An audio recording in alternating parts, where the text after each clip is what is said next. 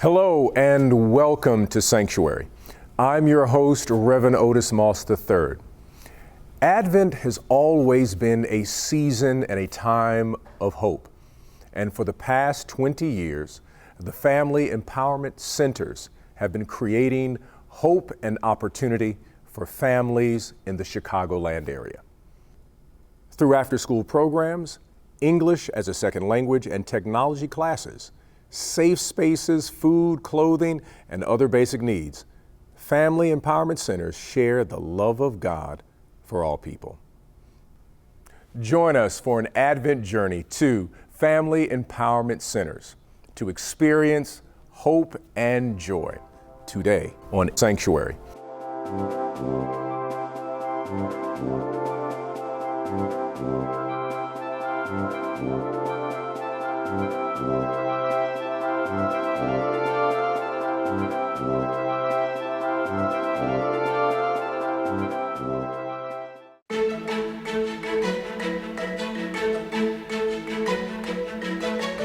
We need the Family Empowerment Center, organizations like it, who really do care about people's lives, people's hearts. People come to this beauty of like, that is God, that is love that comes from above. Rogers Park and this community is very lucky and blessed to have a family empowerment. It is that place where you can come and feel welcome, whether it's been 2 days since I've seen you or 20 years, this is still a place that you can come. Y debido a estas circunstancias, pues tuvimos que asilarnos junto con mi familia y con mis hijos aquí en la ciudad de Chicago. Gracias a Dios, logramos ubicar a Family Empowerment Center. Family Empowerment Centers does what God has ordained for Family Empowerment Centers to do.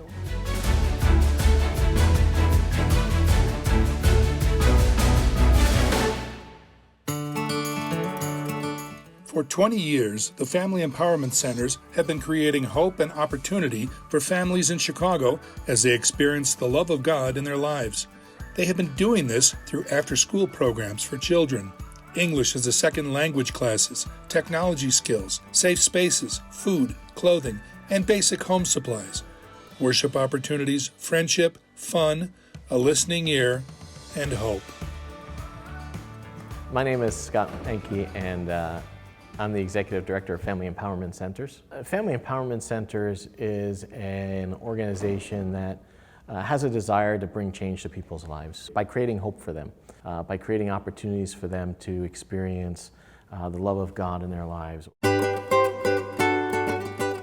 Family Empowerment Centers, we decided on that name 20 years ago because we felt like the family unit was critical to people having opportunity, people having the ability to have success in life. If we have multiple people feeding into a child in a healthy way, then that child will have the greatest opportunity for success, right? To live life well into adulthood and beyond. And not only to live life well, but then to pass on to future generations the strengths, right, that they have as parents and individuals.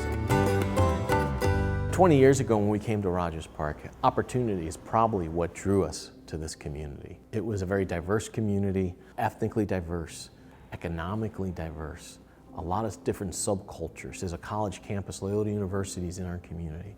And so the diversity of our community was appealing and intriguing to us because we felt like, again, this idea that God created man uniquely. And so when we come into community, if we can bring the best of God's creation, every man, woman, and child, and come together in unity, that we could have a greater influence, I think. We recognize that there was a need for after-school programs. There was a need in our local park district for volunteers, because there was a lot of kids in our local park that were there without parents. My name is Barbara Dever. I work in Rogers Park for the Chicago Park District, and I was working in a tiny playlet called Schreiber Park, and the Family Empowerment Center moved into the neighborhood, and they came over and we just started talking. In a playlet, there's not a whole lot of staff. There's usually just the supervisor. You kind of rely on the community to help you kind of foster all the programs you need to make happen there. And so we just saw the opportunity to come alongside people. There were a lot of immigrant families, refugee families in the community, and there still are today, 20 years later. And just recognizing just the need that was present, we felt like if we could come into a community and be present to walk alongside people who maybe had greater need than you might find in other communities around the city, that was sort of the space that we were purposed to be in. Initially, I'm always a little bit leery of people who want to come and help out because I worry about the kids in the neighborhood and what kind of people that they're hanging out with. But once I did get to know them, it was like meeting apostles that were here to just service. It was a heaven sent. Like, I just felt really blessed that I have people here who are like-minded thinkers, who really care about children and their well-being. And eventually it became not just the children, it became the whole family. And it was amazing. I felt so lucky. My wife and I founded the work here, ventured out here from New York City. We were in the Bronx, New York, doing similar type things in the Bronx. The door opened up to do this work here in Chicago, so we felt like God was saying, hey, yeah, this is where I want you. So around 2004, 2005, we had the opportunity to purchase a building. The Christian Missionary Alliance, they had some resources that they said, hey, we can help you guys buy a building in the community, and we'll do that, but you'll have to find money to renovate it. And I remember thinking to myself, wow, we have no money in the bank. We're not even drawing a salary that could sustain a family in what we were doing at that point. We didn't know, if we were operating for a month, we didn't even know where that money was going to come from a month from now to keep us going. And so we really legitimately built this and started this by faith. So Barbara worked in the local park district, and she was the one that we had built a friendship with, a relationship with, and her uncle was the alderman, Alderman O'Connor at the time.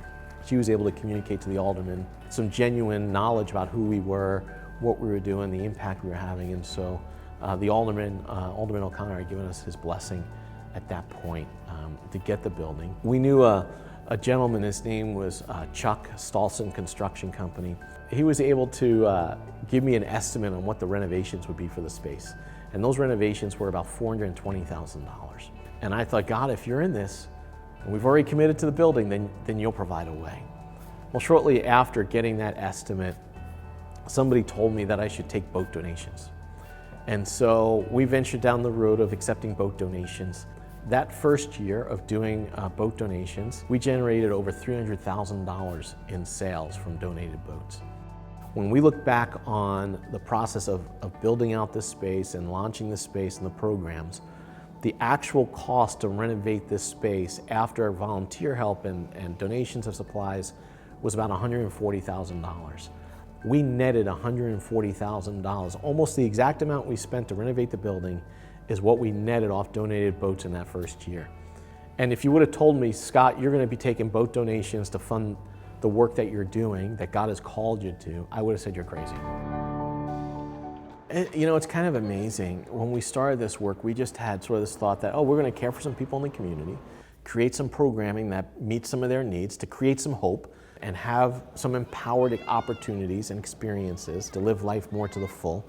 And yet in the midst of that journey, all of a sudden we realized that there was high school students and college students and others who wanted to come and make a difference. Natalie Mankey, Scott's wife, just as the loving woman, embracing woman that she is, she came, I was out here with my children, and she came up and just started talking to me.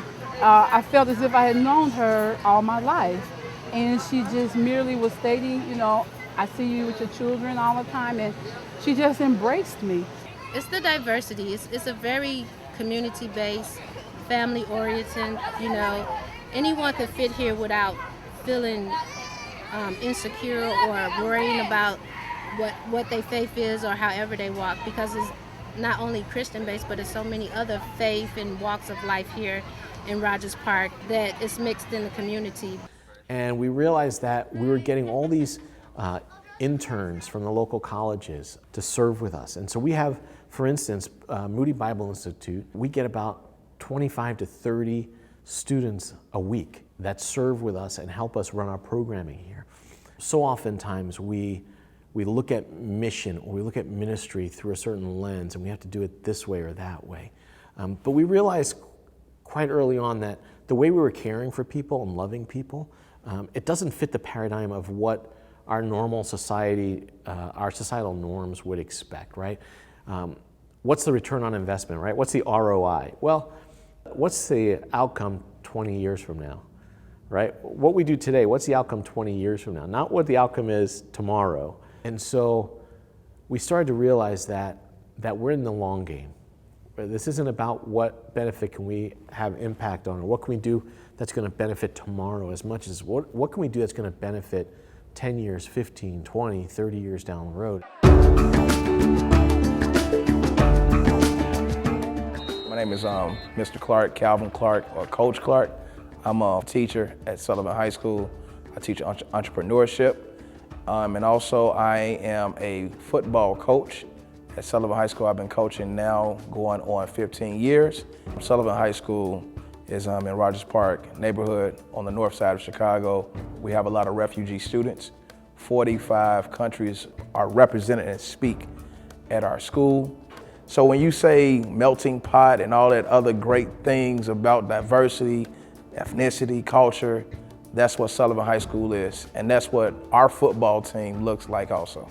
One day, me and the boys, my team was outside, and Pastor Scott and some of his congregations, they set up 2 white tables, and they started just bringing hot chocolate, and they started serving us ever since that day. We just been grateful.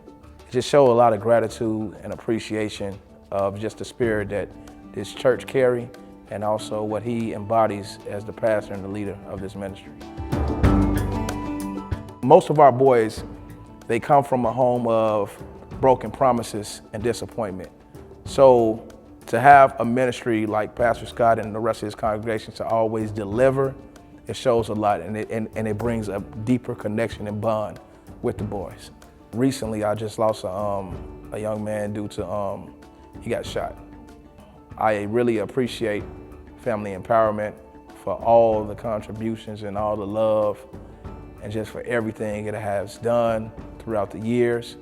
I just wanted to just let them know that nothing goes unnoticed. My name is Leila Garcia Greenawalt. I was walking home from school one day when 2 of my classmates and neighbors were stopping by here at the Family Empowerment Center, and I looked at them and I was like, where are you going? And they said, oh, the center. And me and my sister looked at our mom, looked at each other, we had no idea what it was, decided to come in one day, and that's kind of how we got introduced. This easily became our second home. We spent our after-school days here in their after-school program. We spent our summers here doing soccer camp, and this just became where we spent all of our time. Today, I am a law student after having earned my bachelor's and master's in social work. I think the Family Empowerment Center definitely does its part in the community, and then some. This has become a place for anybody to come in and walk through those doors and be welcomed regardless of their background, their religious beliefs, their socioeconomic status. If you need something, this is the place to come. So this year my boyfriend and I decided that we wanted to prepare ourselves from scratch homemade meals to deliver to families in the community. I decided to ask Scott. I said, hey, this is my plan, I want to cook meals and deliver them. Can you identify a couple families? And this was the first place I thought of. I grew up in this community. I have been serviced more times than I can count by members of this community, whether it was clothes that was needed, food that was needed, diapers because I had younger siblings. My community was always there to help us out, and that was something that I wanted to do, and I wanted to make sure it was this community in particular. I wanted to make sure it was the people that I'm seeing every day on the street, the people that I feel connected to, and people that might be in a situation that I once was in. It was a small scale, but it was something that we could do at our capacity, and we felt really amazing being able to provide that.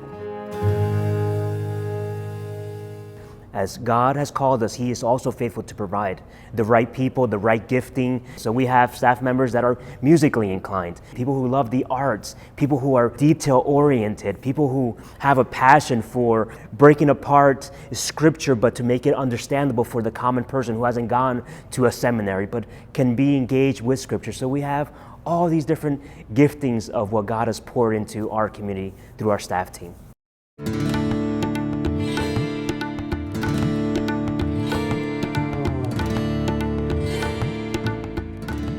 My name is Rachel Madella, and I am the director of ESL here and have led the food pantry ministry as well. So in 2015, I moved from Hyderabad, India to Chicago for my master's in intercultural studies at the Moody Bible Institute. We have students from all over. We have students from Kyrgyzstan. We have students from Mongolia, people from Latino countries, Mexico, Venezuela, Ecuador, Colombia. We have people from Nepal, from Somalia. Our students come from all over the world. And as I like to say it, the world is at our doorstep. Mi nombre es Laura Alfaro. ¿Cómo conocí Family Empowerment Center? Fue porque nosotros desde hace por largo tiempo hemos sido cristianos, somos creyentes en Jesús como nuestro Salvador y pues realmente empezamos a vivir muy cerca de aquí, entonces decidimos pues buscar una iglesia, pero no solo encontramos una iglesia, sino que también encontramos un centro de ayuda comunitaria que ayuda a personas. Y también nosotros queríamos eso en nuestra vida, complementarlo con Jesús y aparte ayudar a otros que también pudieron estar como en nuestra misma situación, buscando una iglesia o buscando una ayuda, o también pues que necesitaran otros diferentes apoyo, ayuda, soporte. Entonces por eso es que conocimos este gran lugar. Veo a Dios en cada actividad que se hace aquí porque siempre su misión, aparte de ayudar, es que muchas personas conozcan que Jesús puede ser también la salvación y puede ser en ese momento también tu ayuda. Entonces, cuando tú ves a unos padres angustiados porque no tienen tiempo para cuidar a sus hijos, pues acá hay un lugar que no solamente los ayuda después del colegio, sino también los ayuda a que conozcan a Jesús, que conozcan a una persona que puede acompañarlos también en su proceso, aparte de sus papás. Aparte de eso, las actividades son guiadas con otros chicos que también pueden haber conocido de Dios y que pueden formar nuevas amistades y sentirse diferentes al colegio, sino sentirse como en familia. Indudablemente que la experiencia ha sido maravillosa durante el último año aquí en Chicago y en Empowerment Family Center ha sido maravilloso cada uno de los días aquí vividos. Desde luego que encontrar una congregación que trabaja por las personas, donde encuentra uno amigos, personas donde aprende uno bastante y también pues me he dado la tarea que aquí he podido también desarrollar aprendizaje sobre el idioma inglés. Para mí ha sido muy beneficioso y no solamente para mí, sino para muchas personas migrantes que vienen también de otros países y aquí han encontrado un lugar donde pueden aprender, donde puedan desarrollar conocimientos, pero adicionalmente eso es lo más importante, encontrarse con Dios, encontrarse con Jesús, con una palabra diaria que alimenta el espíritu, que alimenta el alma y que nos hace crecer como personas que pueden servir a Dios en diferentes lugares. Creo que ha sido una de las experiencias más bonitas también estando aquí en Family Empowerment Center. Oh, it's so unique that you would think that with the pandemic, when the whole world shut down, starting in March and throughout those, several months, and all these, houses of worship the doors were shut down and people were not able to come. They were not coming because it was not okay to travel.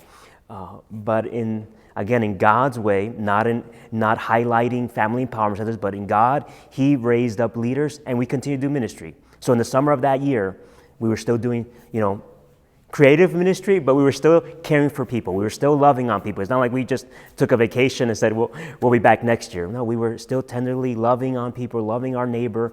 In that way, the food pantry did not exist in our space. We used to give out sandwiches when people said, knock on the door, say, hey, I'm hungry. We would gladly go to the kitchen, prepare a sandwich, and provide food. So we've always been about sharing what God has given us. But in the pandemic, one need that was rising, and it still is present, that the lack of good food for our families, people who didn't have a job, where the pandemic affected jobs and affected constant income, especially for immigrant families who don't have a steady job.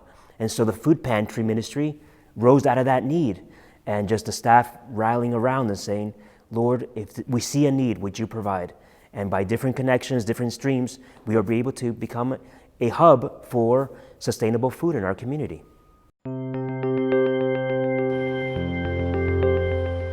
When COVID was at its peak, we realized families in our community needed help. We know for the fact that we're serving an under-resourced population. And so we started laying out tables in the facility and setting food up. And by appointment, we were allowing people to come through and pick up food whenever they wanted. And then eventually, we were able to make partnerships in the city where we were able to acquire food to serve our community. And through that, and through our prayers, we were able to acquire a facility across the road from us. And that was God's doing. Like, what are the chances we'd have an open space right across the road from our main facility? That's where we opened up. We stocked our shelves every week. We had about 70 to 90 families come in every Saturday between noon and 2. We've seen people who are displaced. We have a couple of homeless veterans come through, refugees from Venezuela, from Afghanistan. Just a whole wide range of people come through our food pantry. But we don't just serve them with food. We are also able to serve them spiritually in some ways to let them know that there is somebody who's walking with them.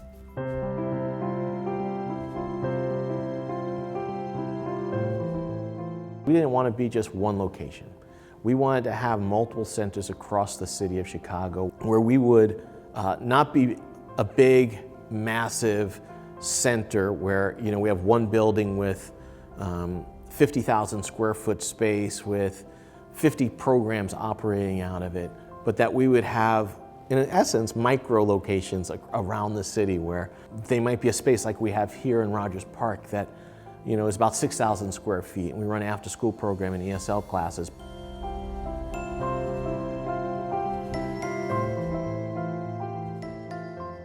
If you see our name, it's called Family Empowerment Centers. And so that was always the vision, that was always the desire, that we would be able to promote and disperse the DNA of loving God and loving neighbor throughout the city of Chicago. There are 77 neighborhoods. Over 3 million people make this home Chicago. And so we're asking the Lord, would you have us open another space? And that's where He's opening doors at Albany Park. Less than 2 miles away, God has raised a leader to plant that new family empowerment centers there in that neighborhood. So in the coming year, that's our mission, establishing the things that we do here, English as a second language, providing after school programs, providing a food pantry, and those 3 buckets, those 3 building blocks to implement that in Albany Park, and to see what giftings the Lord pours into there so that His kingdom would reign there in Albany Park. The idea is that we would have centers across the city that were we'd have a parish feel, we'd have the influence of a large organization, but people would feel like it's a parish, it's a community, it's a family. Come to Family Empowerment Centers and just get a glimpse of how you can serve, how you can give, and wondering, what if you would take ownership for your own block, where you live right now, and you would be a good neighbor, that you would be kind, things that you would glimpse here that you would do, because I believe that we can't do this by ourselves. It's not Family Empowerment Centers going over all 77 neighborhoods. It's going to take all of us. We may not make the headlines, or we might not be on partner sites showing up, but every step of the way, one ESL class at a time, one child at a time, through tutoring, through mentoring opportunities, through keeping kids safe, we continue to do regardless of the recognition. And I think that's the heart of Family Empowerment Centers, and that keeps me going, whether or not we're recognized like citywide, statewide, or in other ways. So just being obedient to our call. It's made a huge impact. And it was these huge community events that just started to happen, and it really kind of changed the culture of the park. Even the gangbangers wanted to make cars. Even their kids were getting involved. It really was what I felt like something that was meant to be for them and for me. When you partner with us, when you help us, it's something that not only is a win for us, it's a win for you. You get to take joy in knowing that you've invested the resources that you've worked hard for in a place that is making maximum use or having maximum benefit for your contribution. Again, whether that's a contribution of time or money or intellectual capital, right? When you invest in family empowerment centers, you can know that your investment's having a real impact in real people's lives. And we, to the best of our abilities, are maximizing every piece of commitment that a partner brings to family empowerment centers, whatever that might be. We need the help of friends and family and neighbors and angel investors, let's say, people around the world who capture a sense of what we're doing and feel like, man, I want to be involved in that. I'm just so grateful that over 20 years of doing what we're doing at Family Empowerment Centers, that I can say that God has been doing a great work. That this is always going to be about God doing what He wants to do. And the collective work of the people that He assembles to do the work together, accomplishing all that's been accomplished and will be accomplished going into the future.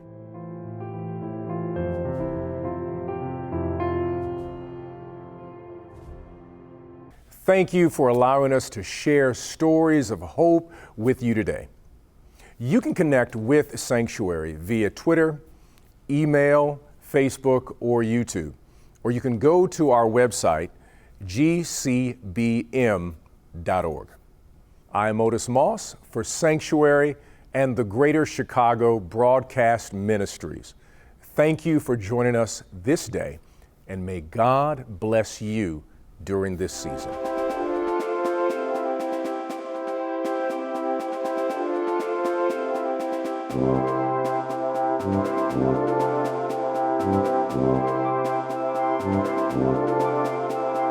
Thank you.